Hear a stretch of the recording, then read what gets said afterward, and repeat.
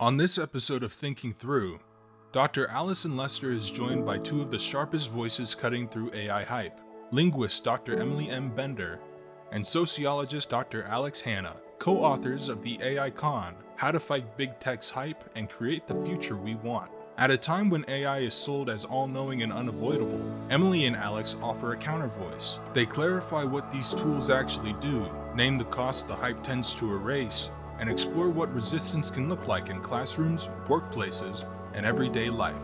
Well, thank you, Emily and Alex, for being on the show. So happy to be here. Thank you. Thank you for having us. So good. God, my heart's racing a little bit because I have a confession. I feel like I need to confess to you both. That's okay. Don't worry about it. Well, I got conned by AI. What happened? So I got conned by the AI hype when ChatGPT was first released. The ease of writing emails in seconds. Yes, please.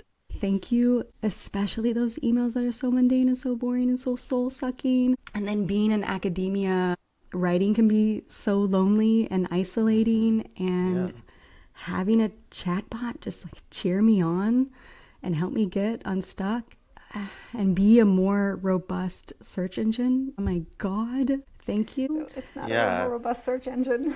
But I also it felt like it. Hey, but I also want to start off. Right? Well, I want to too with just talking about it too. Like, first off, like, don't feel bad or don't feel like you need to confess. I feel like we do a lot of these discussions that people are like, I have to confess, I use ChatGPT, and we're like, okay, like, it's understandable. Like, people are under time crunches. It's hard to write, and academic writing is very lonely. And it also is like, we have to remember that we're writing as part of a writing community. And, you're always writing with someone, even if you're writing alone. I'll also say you gave a confession. I'll also give you a confession. I feel like I've been not reading as closely as I need to, maybe in the past 5 years. And part of it is I'm also pressed for time. Yeah. And I'm actually sort of making this kind of effort to read more slowly because one of the things I think has been really helpful in writing this book is to think about what language is. And Emily, is the linguist here. And so I'll let her talk more about what language is and what communication is and what text is. But I think a lot of it is taking seriously what language is and what the intention is of people who are writing this. And if you're taking that very seriously, it makes you a different kind of reader. Mm-hmm. Yeah. And I think that it's every time someone says, can I use it for this, or is it okay to use it for that, or we just got done with the conversation where every other question was, but what about? It was so frustrating. But each time there's a real need there, right? So you identified soul-sucking email, and there I think the need is, well, how do we create space as academics or as students, like anybody who's engaging in scholarship, to really have the time to do the part that we're here for amidst all of these things that feel like we have to do. And it's, of course, much harder to do that structural work, to open up that space. And in the moment, sometimes the thing is, I just got to get this email done. So that's one set of needs. There's the how to find and feel the community in writing when in the moment physically it's you and your keyboard or you and your notebook, if that's how you start. And Alex is right that when you read as someone who's really thinking about, okay, someone was making choices of those words, what were they doing, how do I relate to this? That is a way of finding community, and I think that can carry over into writing. And there's other ways to build community around writing. I know the students in my department do something they call Shut Up and Write, where they get together into a room and they do the Pomodoro method, where they all shut up and they do their thing for 25 minutes and then 5 minutes of socializing. Or you can have an accountability buddy, so you can report to somebody, hey, I got this much done, or I didn't get anything done, or whatever, right? So there are ways to create community. I want to set the search engine thing aside, though, as different, because I think that there are many issues with using the large language models across applications. But if your task at hand is get the email done, or help me get past the blank page, I think they are functional for those purposes. I wouldn't recommend it, but I think it actually, when you've done the thing, you haven't been misled into it being done when it's not done, right? But the search choice is actually a really pernicious presentation of the technology. And It's basically set up as if it had access to the whole web and it can just answer your question, and that saves you the hard work of like figuring out which the links, first of all, aren't spam, and then finding on the page the part that answers your question. But the problem is that if you don't do that, you don't actually have any information, because you don't know where those words came from, and you don't know their context, and you don't know how to interpret them, because back to Alex's point about being a close reader, we make sense of things based in part on how we understand them to have come into the world. And the myth around ChatGPT is that it is this all-knowing answer engine that somehow sits in this omniscient view from nowhere, which doesn't exist. But if we engage with it that way, then we are really setting ourselves up to become further misinformed. I'm curious, how would you describe what an LLM actually is without the hype language? We've got words for it. One of our favorites is synthetic text extruding machine.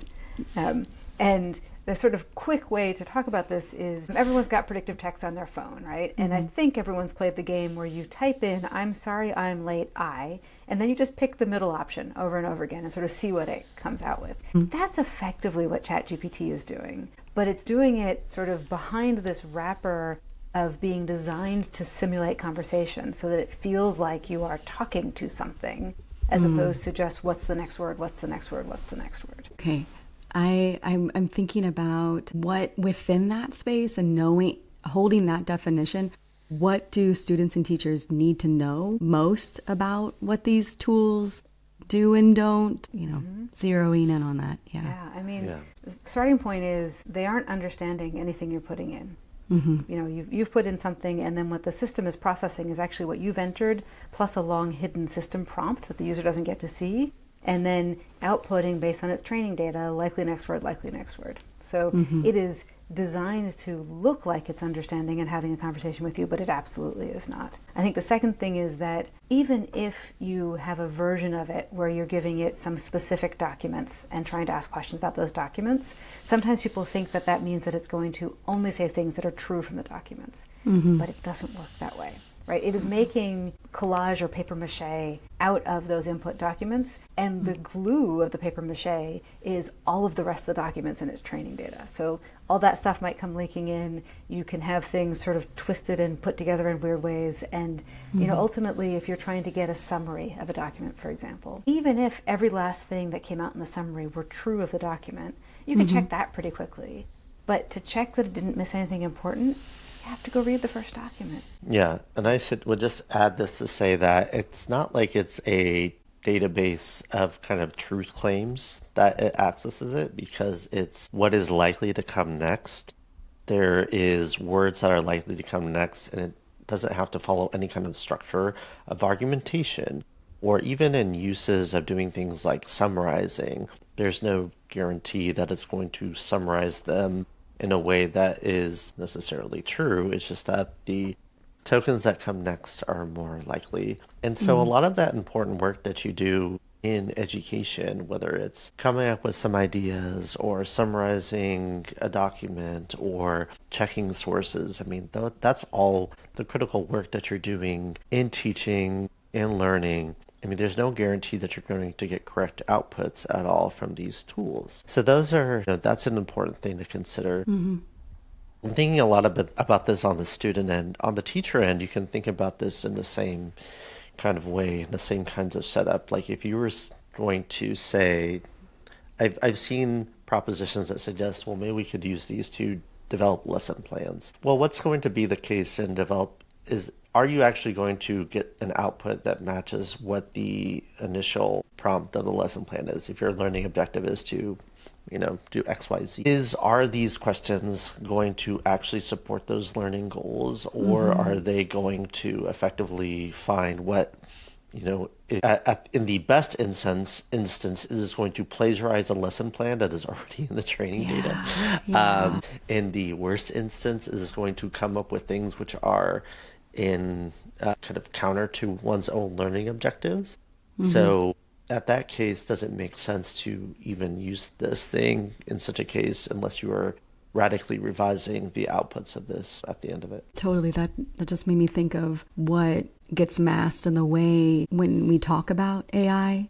What are the stories or the realities that are completely deleted, and you mentioned that. And I'm also thinking about labor and data extraction and surveillance and environmental impact. And what do people need to know about the tech that they might not hear from the AI hype talking points? Yeah, I mean, I think maybe, Alex, I'll take the environmental side and leave the labor side to you this time, but we talk about these things as being in the cloud. Here, folks like Nathan Logler and Batya Friedman and Alan Borning talk about how this metaphor of the cloud sounds clean and fluffy and ephemeral, when in fact the cloud is data centers. And data centers are big buildings, like enormous buildings, full of machines that need a lot of electricity, both for doing the computations and for cooling the systems, and also need clean water to do that cooling. Mm-hmm.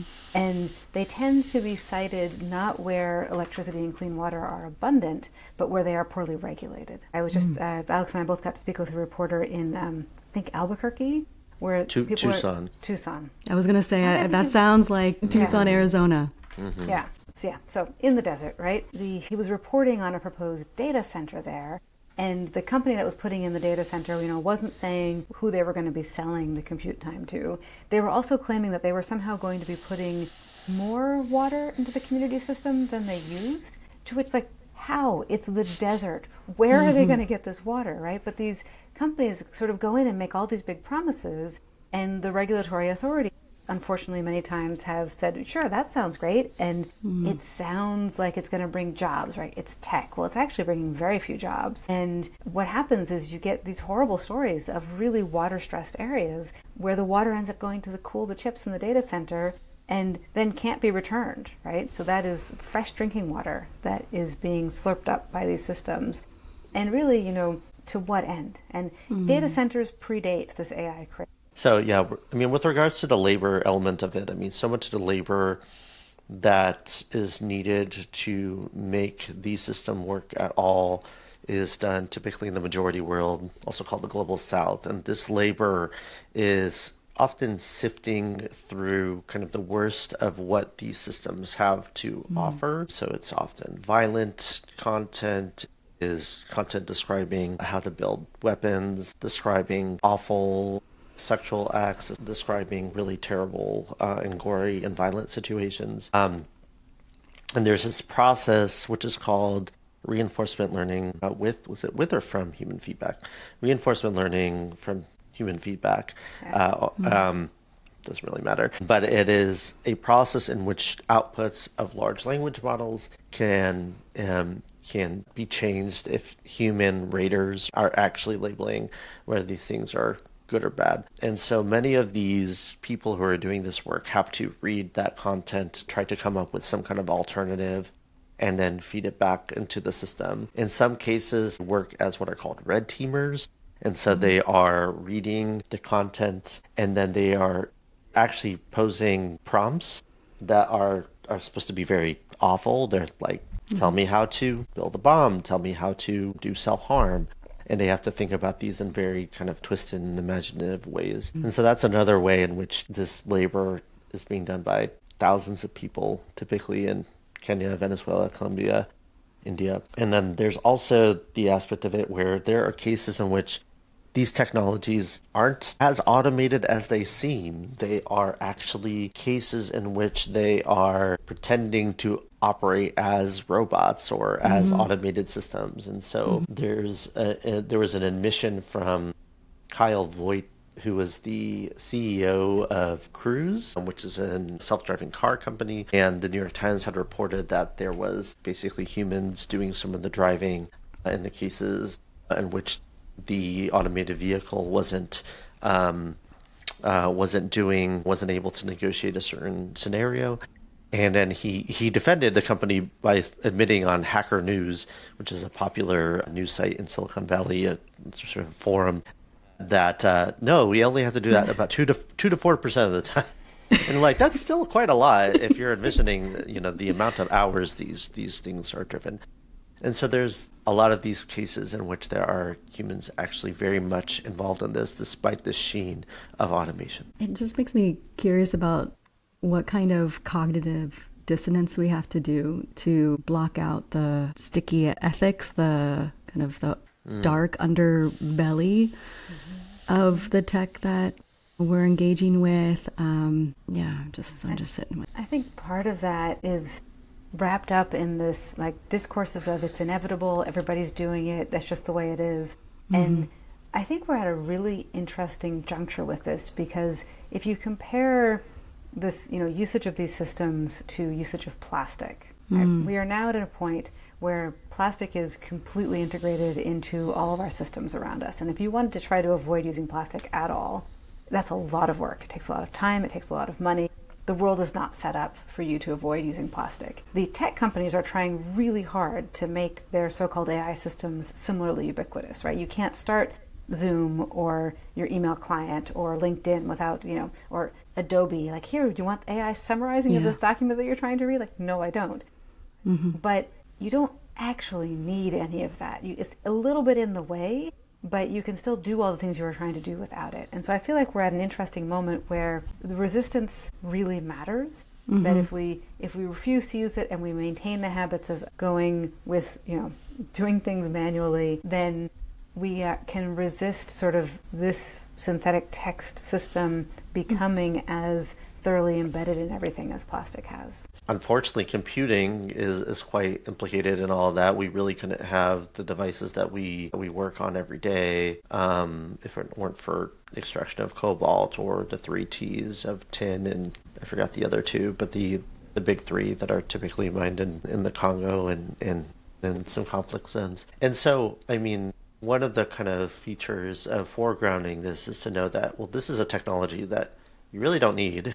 Yeah. And there's a whole supply chain of exploited labor involved in this. Is there a way that we can, depress that need or ensure that isn't something that we're implicated in? It makes me think of, Emily, you used the word resist, and that thinking of agency and collective resistance. I'm wondering if you can kind of help name like how people can resist, or what do we need to know that's out there and I'm thinking about my students, who've grown up in the world of algorithmic control and tech and may not know that there's agency there. Yeah. So one of the things that I find sort of most pernicious in a lot of this discourse is the discourse of inevitability. This is what people will say, well, even if you don't like it, the stuff is here to stay, so you have to learn how to use it. Or, well, today's students are going to be graduating into a workforce and into a workplace where they're expected to know how to use this. And I hear that all the time. Yeah.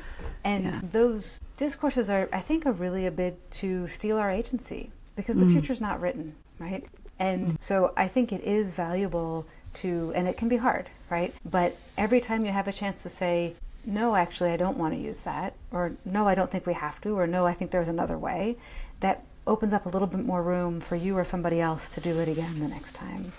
So, that might be both just sort of like, I refuse to do that. And in some ways taking that position feels a little bit like being vegetarian. No, I don't eat meat, right? And there are cultures and places where that is completely normal, and cultures and places where it's actually really hard to be vegetarian and people treat you as weird and stuff like that. But then the moment you meet someone else who is too, and you can sort of work together, and the 5th time that at a restaurant someone's asked for a vegetarian meal, they sort of, it becomes a more normal request and stuff like that. So I'm thinking of tech platforms that are doing it well, that ones that we should know about, ones that, we should be supporting. So what's out there? Yeah. Signal for messaging and chat. Yeah. And there was a hilarious moment a couple of weeks ago where Meredith Whittaker, who is the president or CEO, the leader of that company. President, yeah. Someone said, Signal's going to be adding AI in soon too. And she replied, this is on social media, no, with a heart. And the person says, no, they are. And she's like, you're talking to the president of the company. And Yeah. this guy, it was a guy just like dug in and wouldn't stop. But no, so Signal is a fantastic platform for chat. It's nice and secure, and it is absolutely not doing the AI thing. That's one example. Yeah, Signal is a great example, and I think one of the background on that is also because Meredith is also a very sharp thinker when it comes to AI. There was a video that went a little viral a couple weeks ago about her talking about this notion of this AI agent and agentic AI, in which something that she had said was like, well, what you're sort of doing, you're getting into an area is a place where she phrased it very well, and I'm going to do a terrible job of trying to recall that, but you're breaching this kind of blood-brain barrier of having this separation of the application level and the OS level. Effectively, you're allowing some kind of a software to make OS controls, and you cannot have any privacy guarantees in that case, and that's actually going to breach many of that. And I thought that was a very astute observation. And so she's thought quite a lot on thinking about both AI as an industry and what AI and the sort of capture of certain of the research of this, as well as how this works in practice. Yeah, thank you for that. I want to circle back to Meredith Whitaker for a moment about that data extraction, because I remember seeing that viral video too, where and I'm pulling it from memory. I'm trying to do it, but it was something about how it's sold to us as this utopic dream. Like, imagine an AI that can plan your friend's birthday weekend, book the flights, find the Airbnb, book the dinner, know their dietary restrictions, check your shared calendar when you all can do it, and split the costs. But for that to happen, it needs access to everything: your calendar, your contacts, your private messages, your location history, your financial limits, like all the data. And I worry that most people don't fully understand what level of data access that kind of automation actually requires. So I'm wondering, this is like a little bit facetious, are we already past the point of caring about data overreach? How do we make, I guess, a nicer question is how do we make visible the cost of that convenience, especially to students who are growing up inside systems where data extraction is normalized? Yeah. I have the sense that there's already been something of a tide shift on sharing images of ourselves online, that my generation was much more, let's put all the pictures up, Gen Z and Gen Alpha. And there's, of course, tension between people my kids' age who had pictures of them plastered by their parents, right? And it's like, wait a minute, I didn't have a choice on that. Yeah. So, and I would never think that that we can't turn back, right? Past the point of no return is if you get to the point on climate change where we are run away towards Venus. That's a sort of no return sort of situation. Or Mars, yeah. But in terms of, can we change culture around this? I think we can. And one of the things we talk about in the book is the idea of data minimization, that we can set up norms, and this can be both, eventually regulation, but also the idea that you really want only the data that is necessary to do the transaction, and only for as long as it's necessary. I would also say that there's, speaking to students and thinking about that, how they move through the world, there's this line that I was in this lovely, session on Monday with students involved in this Labs of Liberation project that Moya Bailey and Amy Hammarai put together. And one of the things that they had suggested was this kind of notion of an orientation of what they called against data fatalism. So this idea that, or against tech fatalism. And I kind of extending that to sort of against data fatalism, effectively this idea of it's that you shouldn't just say, privacy's dead, no one cares about privacy, because I think we're kind of framing it in a way where privacy itself, in this era in the U.S.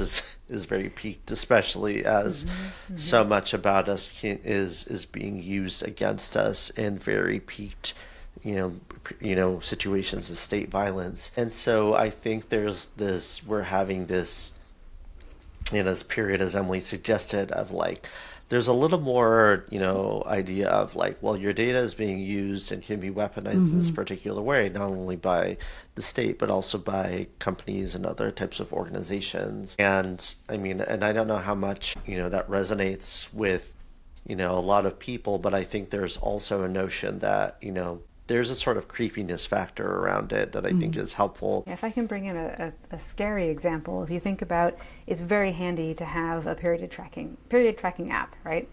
Keep track of what's going on. But that data combined with now the national patchwork of abortion laws can be quite scary. And there's stories of people, or stories or fears anyway, of if you're late and you've now recorded that information, you could end up in a situation where what's actually just a late period or maybe a miscarriage is criminalized. And you've got this data trail that authorities could try to use against you. So I think that's a very visceral thought for many of us. And what you were doing with the data tracking in the first place really ought to have been the kind of thing that could be done where the data stays just locally with you, right? There's no reason for that to be centralized, except that so much of this is predicated on amassing and selling data. And so again, every act of resistance, I think, helps open up new possibilities.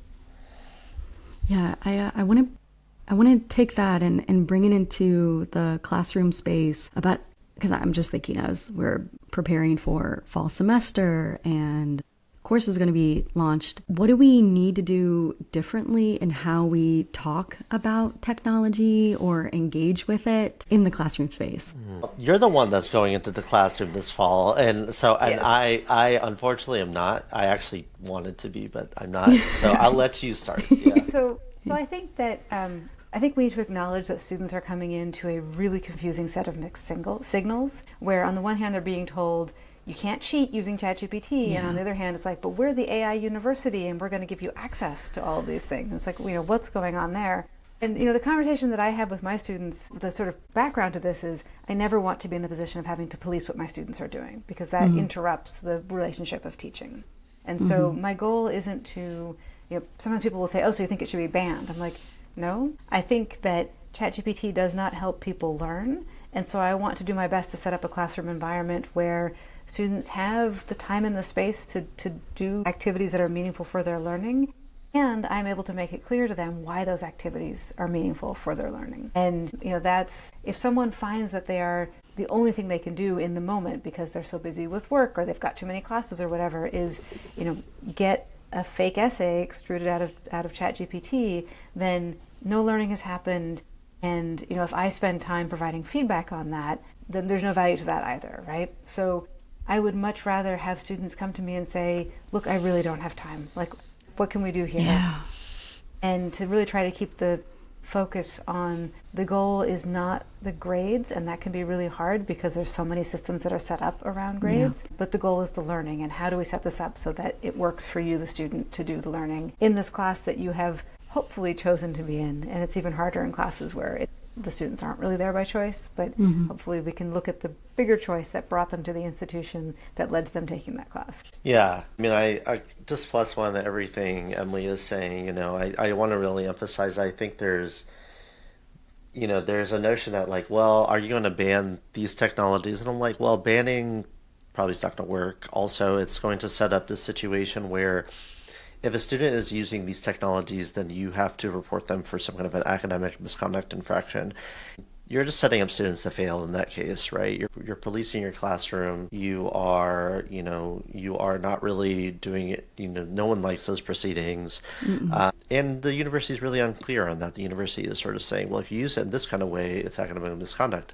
And yet we're going to provide you a site license for ChatGPT, or we're going to have, whatever. And I was on a call yesterday with some folks from University of Michigan, and Michigan has their own version of a chatbot, as most large universities do these days. And so you're getting mixed messaging right here. And I think, like, what can you do as an instructor and an educator to change the conditions in the classroom, to understand, to make clear what the grounds are for what the learning objectives are, and making it such that, well, if you use a chatbot for this, you're going to be controverting you're sabotaging yourself, right? Yeah, totally. I'm really grateful for that framing and kind of being able to go into the classroom thinking about that and slowing it down, of how do you really preserve the relationship at the heart of it, the center of it. And through that, how you're going to be able to have the good learning, like you mentioned, Emily, of just model what it feels like, and the experience of engaging with it, and what it feels like to not be in a punitive policing state, surveillance of use, but just the relational understanding. And the classrooms are at their best when we are learning together. And one of the tropes of sort of selling chatbots as personalized tutors is, well, every student gets their own personalized thing. And I've heard people say, well, one-to-one is the gold standard. I'm like, I don't think so. I think actually a classroom being a community of learners is a really important part of it. It's powerful. And that, there's a wonderful phrase that we took from the Dean of Arts at the University of Washington, which is, a lot of this is about being human together. And even writing an essay and then having someone read it and give you feedback is part of being human together and learning together. And part of the joy of teaching is sort of being on that journey with the students. And so trying to bring that forward and help make the students feel comfortable in it and eager for it is, I think, the primary goal. Yeah.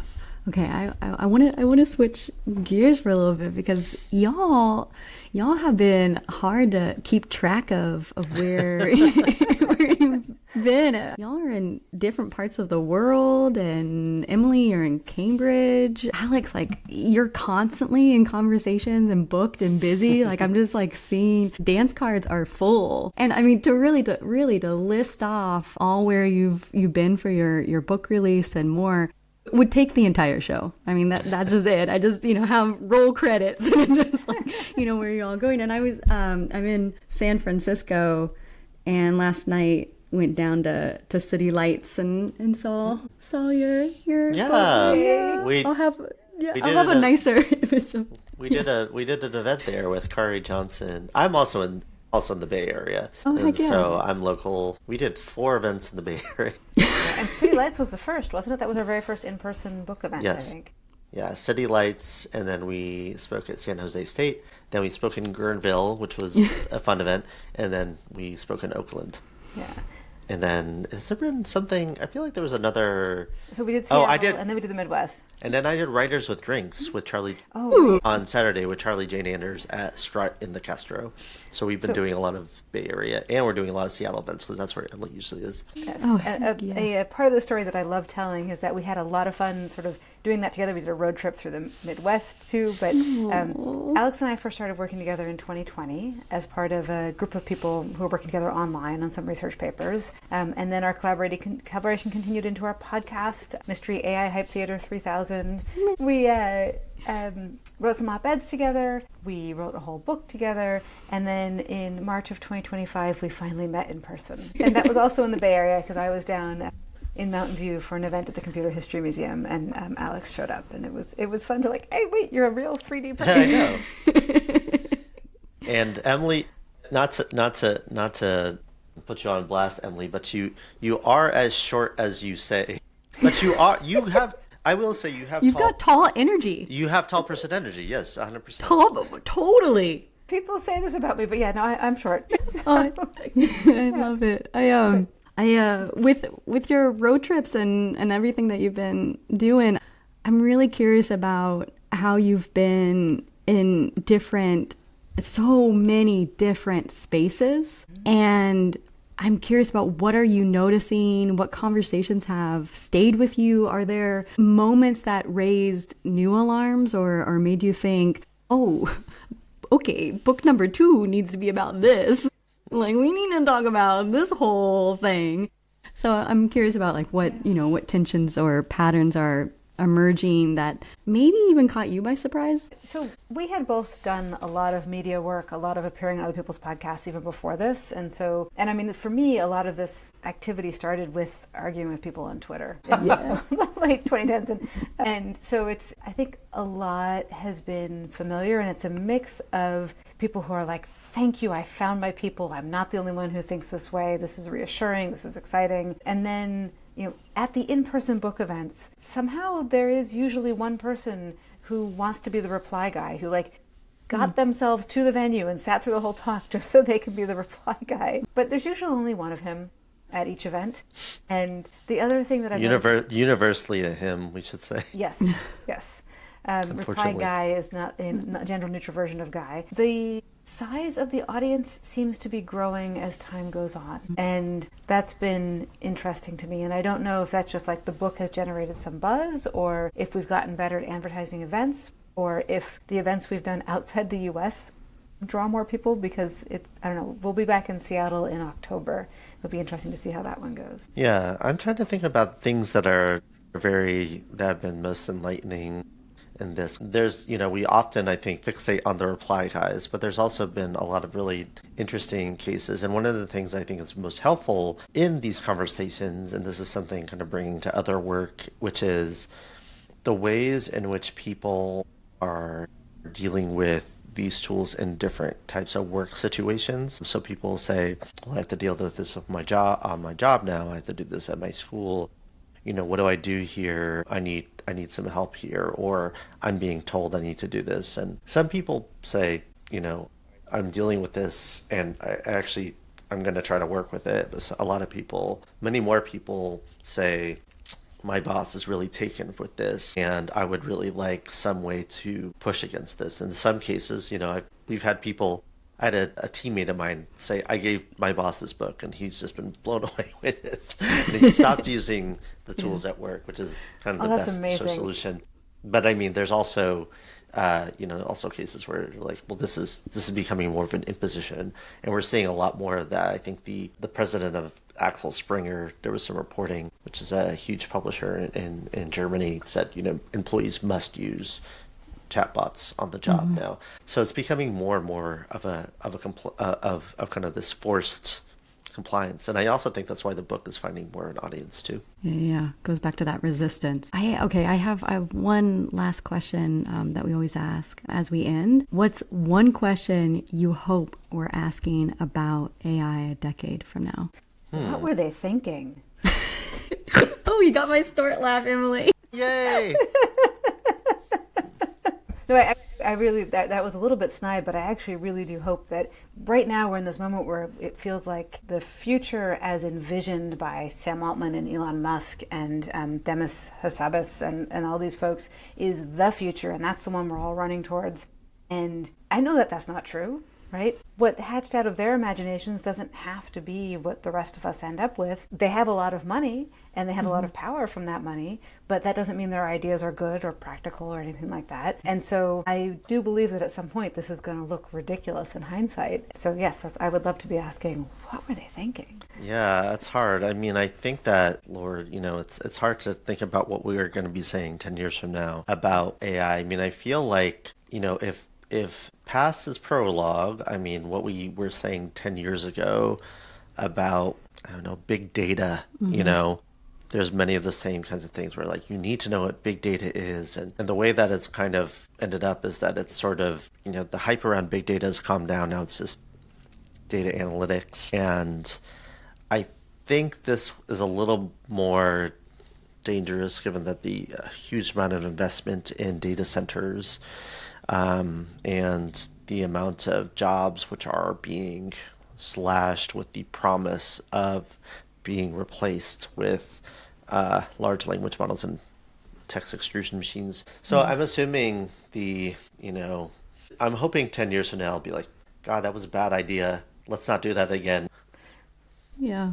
Well, thank you both so much for being on the show. This has been so lovely. Thank you. Yeah. Thank you for excellent questions. Yeah, thank you. It was a pleasure.